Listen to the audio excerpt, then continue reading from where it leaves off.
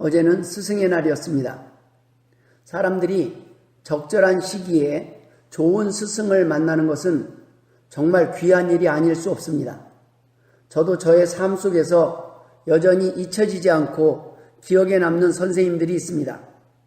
물론 좋았던 선생님만 기억에 남는 것은 아닙니다.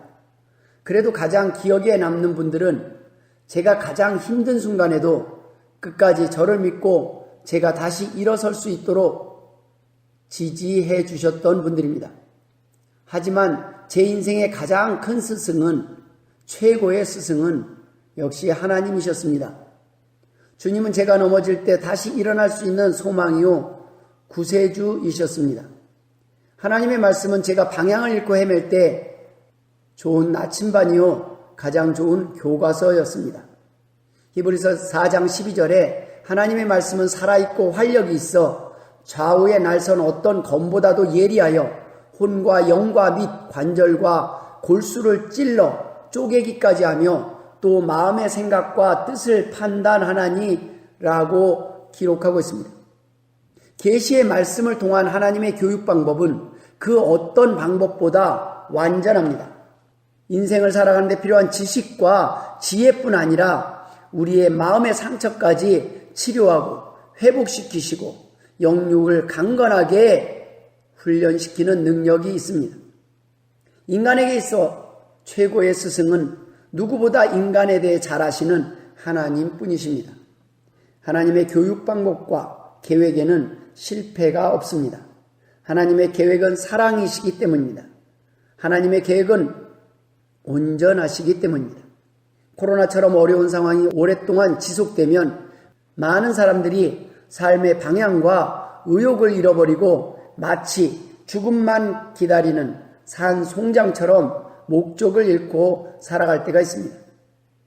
그때 하나님은 우리를 부르시고 말씀하십니다. 지시하십니다. 명령하십니다. 하나님의 계획은 오늘 본문의 사르밧 과부처럼 평범하고 연약한 한 여인을 천국에 합당한 믿음의 사람으로 성장시키는데 조금도 빈틈이 없으셨습니다. 하나님의 커리큘럼에 따라 사르밧 과부는 죽음도 두려워하지 않는 담대한 믿음을 고백할 수 있게 되었습니다. 성경에는 많은 위대한 인물들이 등장합니다. 많은 믿음의 조상들이 언급됩니다. 그런데 이 사람들을 훈련시키시고 가르치시고 인도하신 분이 바로 최고의 스승이 하나님이십니다.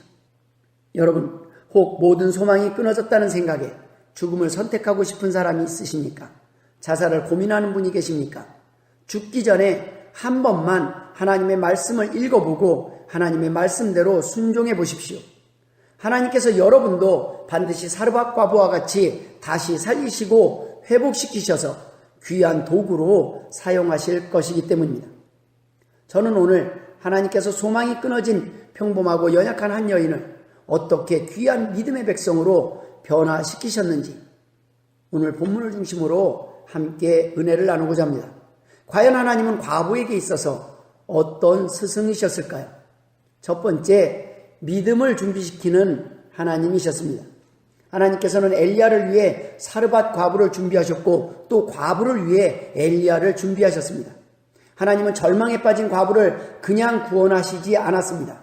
그가 스스로 고백하고 구원받을 만한 담대한 믿음을 고백하기까지 먼저 믿음이 싹트고 자라고 열매 맺을 수 있는 환경을 조성하셨습니다. 엘리야에게 필요한 음식을 사르밧 과부를 통해 공급하게 하셨고 사르밧 과부를 위하여는 선지자 엘리야를 보내 하나님의 도구로 사용하신 것입니다.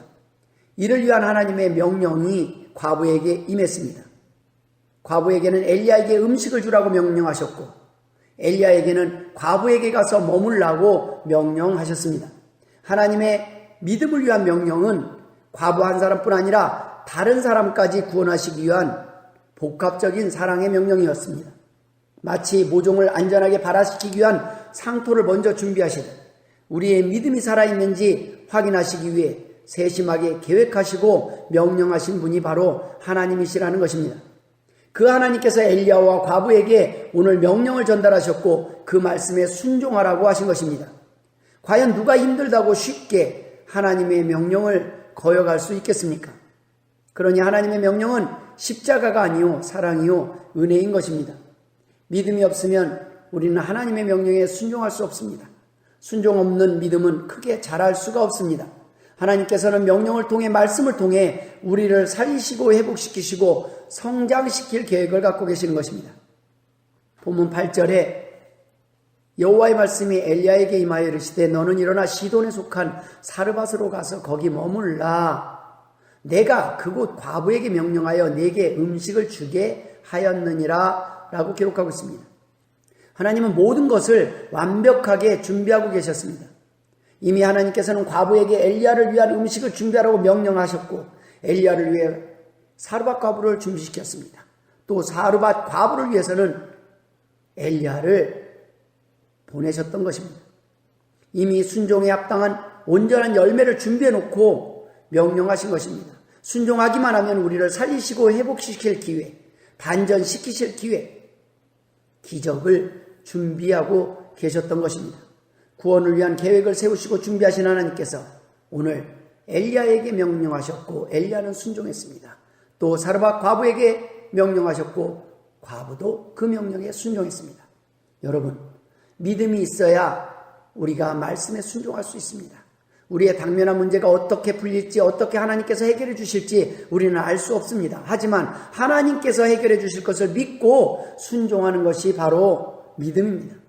과부에게 전해진 명령이 결코 쉬운 명령이 아니었습니다. 마지막으로 먹고 죽으려고 했던 마지막 식량을 달라는 것입니다. 남은 재산 전부를 달라는 것입니다. 생명을 내놓으라는 것입니다. 더구나 누구보다 사랑하는 아들이 먹을 것을 빼앗아 선지자 엘리야에게 주라는 것입니다. 누구보다도 아들을 사랑하는 어머니에게 있어서는 너무나 힘든 요구입니다. 하지만 하나님께서는 아브라함에게는 독자 이삭을 바치라고 명하셨고 우리에게 이러한 명령을 때때로 하실 때가 있습니다. 우리가 사랑하고 아끼는 것을 요구하실 때가 있다는 말씀입니다. 때때로 하나님께서는 우리의 믿음의 바닥을 드러내길 원하실 때가 있습니다. 내가 마지막으로 쥐고 있는 것, 끝까지 내려놓고 싶지 않은 것, 남은 마지막 행복, 소소한 행복까지도 하나님은 포기하길 원하실 때가 있습니다. 그러나 하나님께서는 그러한 명령에 우리가 순종하길 원하십니다. 아브라함에게는 자식을 요구하셨습니다. 사르밧 과부에게는 마지막 식량을 요구하십니다. 라합에게는 자신이 살던 공동체를 배반하라고 하셨습니다. 하나님의 명령에 순종하는 것은 그럴 만한 가치가 있다는 말씀입니다. 마지막 식량이 귀하지 않다는 말씀이 아닙니다. 공동체가 귀하지 않다는 것이 아닙니다. 가족이 귀하지 않다는 것이 아닙니다. 하나님의 명령에 순종하는 것이 그보다 더 귀한 가치가 있다는 말씀입니다. 여러분, 믿음은 우리의 삶의 우선순위를 바꾸는 동기입니다. 과부의 믿음을 위해 하나님께서는 그녀에게 마지막으로 남은 물질을 요구하셨습니다. 과부는 이 명령을 듣고 엘리야를 만나기 전까지 믿음의 결단, 옳은 선택을 위한 마음의 준비를 할 수밖에 없었을 것입니다. 두 번째, 하나님은 믿음을 자라게 하시는 하나님입니다. 사르밧 과부에게도 두려움이 있었습니다. 엘리야에게도 두려움이 있었습니다. 쉽지 않은 일입니다. 위기 상황에서 순종은 쉬운 일이 아닙니다. 아직까지 경험하지 못한 두려운 길이 앞에 놓였기 때문입니다. 과부가 해야 할 일을 결단할 때는 또 한 번의 기회를 보장할 수 없는 막다른 길에서의 결단이요 선택일 수밖에 없었습니다. 오직 희생과 손해, 고통과 고난만을 감당해야 할 상황뿐이었기 때문입니다. 과부만 어려운 선택을 한 것이 아닙니다. 엘리야도 쉽지 않은 말을 꺼내야 했습니다. 차라리 굶어 죽고 말지 아들과 마지막으로 먹고 죽으려 하는 모자에게 그 마지막 식량을 달라고, 그것도 하나님의 선지자가 상식밖에 눈치 없는 말을 꺼내는 것이 정말 쉽지 않은 일이었을 것입니다. 차라리 굶어 죽거나 벼룩의 간을 빼먹는 것이 더 나을 것입니다. 하지만 그는 하나님의 명령에 의지하여 그는 순종합니다. 처음에는 물을 달라고 합니다. 본문 10절에 그가 일어나 사르밧으로 가서 성문에 이를 때 한 과부가 그곳에서 나뭇가지를 줍는지라 이에 불러 이르되 청하건대 그릇에 물을 조금 가져다가 내가 마시게 하라. 여러분, 물 한 잔쯤이야 라고 생각해서는 안 됩니다. 지금이 어떤 상황입니까? 가뭄입니다. 3년 6개월 동안 지속될 가뭄입니다. 본문 14절에 이스라엘의 하나님 여호와의 말씀이 나 여호와가 비를 지면에 내리는 날까지 그 통에 가루가 없어지지 아니하고 라는 기록이 있습니다. 지금 비가 내리지 않고 있다는 것입니다. 지금 비가 내리지 않아서 물이 귀할 때입니다. 금은 포기해도 물은 포기할 수 없는 때입니다. 그런 물을 달라고 하는 것입니다. 물을 가지러 가려고 하니 다시 불러서 이제는 떡까지 요구합니다. 본문 11절에 그가 가지러 갈 때에 엘리야가 그를 불러 이르되 청하건대 내 손에 떡 한 조각을 내게로 가져오라. 하지만 그녀는 순종했습니다. 본문에서 과부는 과부대로, 아들은 아들대로, 엘리야는 엘리야대로 각자 감당해야 할 믿음의 순종을 통해 놀라운 기적을 경험하게 됩니다. 과부도 두려워했지만 그녀는 순종했습니다. 아들도 자기들의 마지막 식량을 선지자 엘리야에게 대접하는 것을 반대하지 않았습니다. 여러분, 마지막 양식이 어떤 양식입니까? 여러분에게 마지막으로 먹고 죽을 양식이 남아있다면 언제 먹겠습니까? 정말 참고 또 참다가 이제는 도저히 먹지 않고서는 굶어 죽을 수밖에 없는 상황에서 먹지 않겠습니까? 마지막 식량은 마지막 희망입니다. 마지막으로 참고 견딜 수 있는 봉화줄입니다. 그것을 놓는 것입니다. 포기하는 것입니다. 자신들도 이미 배가 고파 굶어 죽을 직전에 있는 상황에 놓였지만 그것을 하나님의 명령에 순종하여 드린 것입니다. 자신이 먹을 도시락을 들여 오병이어의 기적의 주인공이 되었던 소년의 마음보다 자신의 전 재산인 2렙돈을 하나님 앞에 드린 과부보다 더 절박한 상황입니다. 아들에게 마지막으로 먹일 떡을 빼앗아 엘리야에게 드려야 되는 상황인 것입니다. 그 상황에서 과부는 결단하고 순종합니다. 그 결과 그들은 하나님이 예비하신 기적을 경험합니다. 믿음의 열매를 경험합니다. 여러분, 순종을 하지 않았다면 믿음의 열매를 경험하지 못했을 것입니다. 과부는 힘든 순간에도 믿음으로 말씀에 순종하여 믿음의 씨앗을 심었고 그 섬김은 이후에 닥칠 진짜로 힘든 절대 절망의 순간, 위기의 순간에도 선지자 엘리야의 간절한 기도를 통해 구원받는 귀한 은혜를 경험하는 계기가 됩니다. 여러분, 힘드십니까? 힘들다고 사명 버리고 하나님께 드리지 않고 힘들다고 해야 할 일을 외면하지 마십시오. 일단 순종해봐야 그 결과를 알 수 있습니다. 찍어 먹어보아야 똥인지 된장인지 알 수 있는 것입니다. 순종해보지 않은 사람들은 하나님의 말씀이 진짜인지 가짜인지 알 수 있는 방법이 없습니다. 하나님이 진짜 살아계신지 확인할 수 있는 방법이 없습니다. 순종을 통해서만 믿음의 열매를 맛보고 경험할 수 있기 때문입니다. 세 번째, 하나님은 믿음을 완성시키시는 하나님입니다. 여러분, 이 땅에서의 순종의 열매들이 욥처럼, 베다니의 나사로처럼, 요셉처럼 이 땅에서의 삶이 반전 드라마요 해피엔딩으로 끝나면 얼마나 좋겠습니까? 거지 나사로의 마지막은 어땠습니까? 베드로의 마지막, 세례 요한의 마지막은 어땠습니까? 오늘 과부가 겪게 된 상황이 그런 상황입니다. 이 일 후에 그 집 주인 되는 여인의 아들이 병들어 증세가 심히 위중하다 숨이 끊어진지라. 아들이 죽은 것입니다. 순종했더니 그 결과가 무엇이었습니까? 사랑하는 아들의 죽음이었습니다. 이 상황에서 시험에 들지 않고 하나님을 원망하지 않을 사람이 누가 있겠습니까? 하나님을 끝까지 신뢰할 수 있는 사람이 몇이나 되겠습니까? 오늘 본문 18절의 여인이 엘리야에게 나와서 이렇게 말합니다. 하나님의 사람이여, 당신이 나와 더불어 무슨 상관이 있기로 내 죄를 생각나게 하고 또 내 아들을 죽게 하려고 내게 오셨나이까? 하나뿐인 아들의 죽음 앞에서 여인은 무너지고 말았습니다. 그녀는 내가 선지자를 선대한 결과가 도리어 이것입니까? 내가 순종한 결과가 도리어 이것입니까? 내가 선지자에게 섭섭하게 대한 일이라도 있었단 말입니까? 라는 하소연입니다. 그녀는 하나님을 원망하기보다는 아들이 죽은 것이 자신의 죄값이라고 고백합니다. 하지만 자신의 가정에 선지자 엘리야를 모시고 계심에도 불구하고, 순종했음에도 불구하고 질병과 고난에서 지켜주시는커녕 복을 주시기는커녕 질병으로 인해 아들이 죽는 것을 본 여인은 낙심할 수밖에 없었습니다. 선지자 엘리야를 섬김으로 이 땅에서의 먹고 사는 문제는 해결받았지만 결국 죽음의 문제에 직면하게 되었을 때는 흔들릴 수밖에 없는 모습입니다. 차라리 자신이 죽는 것보다 더 힘든 일을 겪게 된 것입니다. 많은 크리스천들의 믿음이 하나님의 은혜로 풍족하게 살면서도 여전히 이 땅의 삶을 기준으로 기뻐하기도 하고 절망하기도 하는 모습과 다를 바 없습니다. 하나님께서는 본문에 과부의 아들의 죽음을 통해 이 땅에서의 생사화복뿐만 아니라 우리의 죽음 이후의 삶까지도 주관하시는 분이 하나님이심을 깨닫게 하시고 믿게 하시는 것입니다.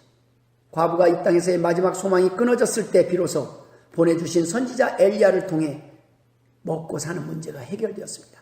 그런데 그 기쁨도 잠시 이번에는 더 큰 고난을 겪게 됩니다. 하나님께 불순종해서 어려움을 겪게 되면 고난을 통해 회개를 하며 자신을 돌아보게 될 수도 있지만 지금 과부는 어떤 상황입니까? 하나님께 순종한 결과가 건강의 복이 아닌 아들의 질병과 죽음이라는 사실에 더 깊은 낙심에 빠질 수밖에 없는 상황입니다. 여러분, 불순종의 결과가 죽음이 아니라 순종의 결과가 사랑하는 아들의 죽음이라뇨.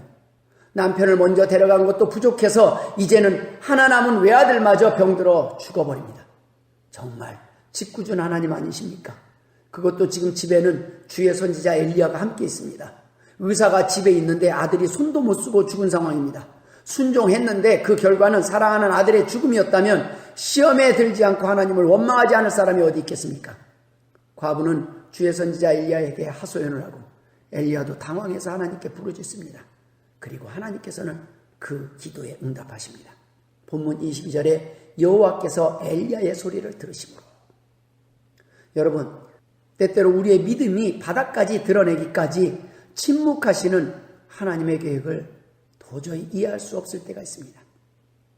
목사인 저도 뭐라고 위로를 해야 할지 뭐라고 답을 해줘야 될지 알 수 없는 상황에 직면할 때가 있습니다. 그때 필요한 것이 바로 믿음이요 기도인 것입니다. 이해할 만한 명령을 순종하는 것은 믿음이 아닙니다. 이해할 수 없는 명령에 순종하고 믿고 나아가는 것이 믿음이기 때문입니다. 좋을 때는 진짜인지 가짜인지 알 수 없지만 한계 상황에 놓이면 가짜는 드러납니다. 우리의 부족한 믿음, 연약한 믿음이 바닥을 드러냅니다. 넘어집니다. 원망합니다.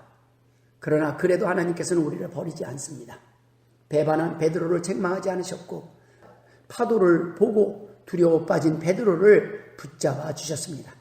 욥의 믿음을 증명하신 하나님은 도마의 연약한 믿음을 도우시듯 이번에는 과부의 연약한 믿음을 도우셨습니다.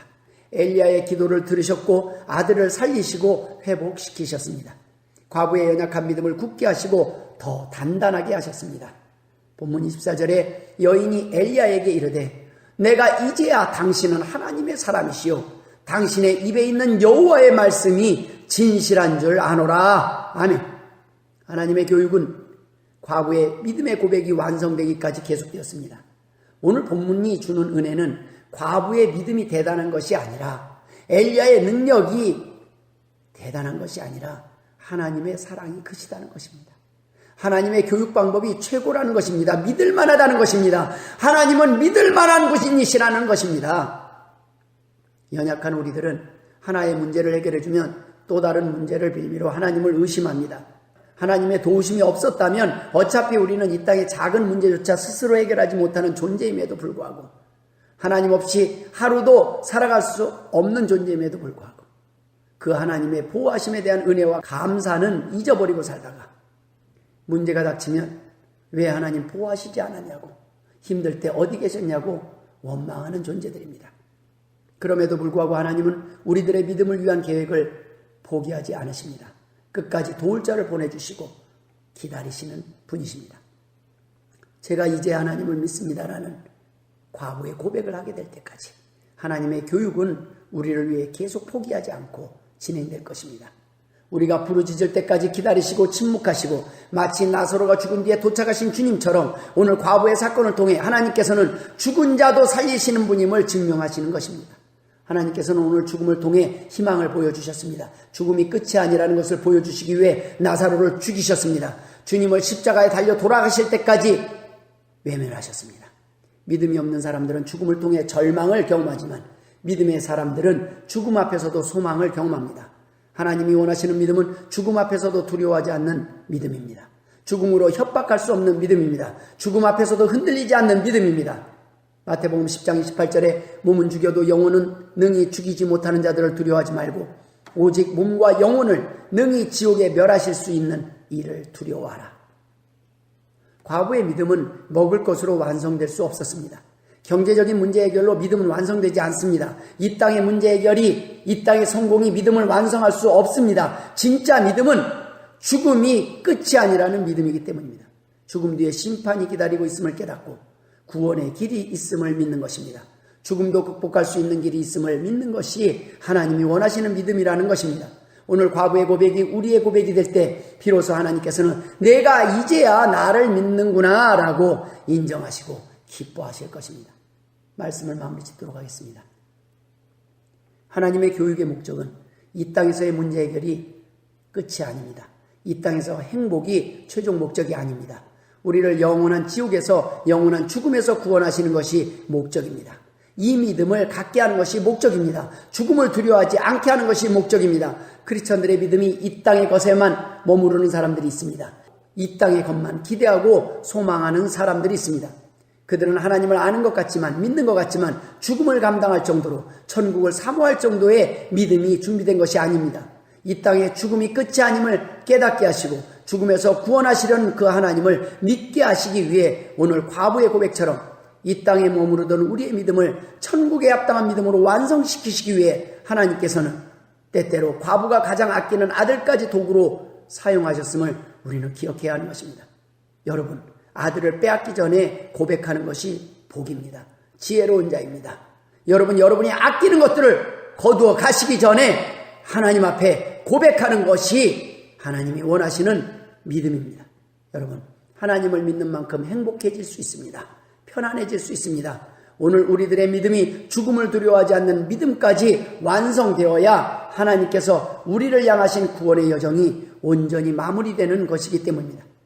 오늘 본문 24절에 내가 이제야 당신은 하나님의 사람이시요 당신의 입에 있는 여호와의 말씀이 진실한 줄 아노라 하는 이 여인의 고백이 오늘 우리에게 있기를 주의 이름으로 축원합니다. 기도하겠습니다. 하나님 아버지 은혜를 감사드립니다. 연약한 한 여인의 삶 속에 함께 하셨던 하나님, 우리와 함께하여 주옵소서. 이제는 우리 구주 예수 그리스도의 은혜와 아버지 하나님의 극진하신 사랑하심과 성령님의 감화감동 역사 충만하시니 우리의 믿음이 연약함을 고백하며 도우심을 구하는 주의 백성과 자녀들 머리머리 위에 이제로부터 영원토록 함께 있을지어다. 아멘.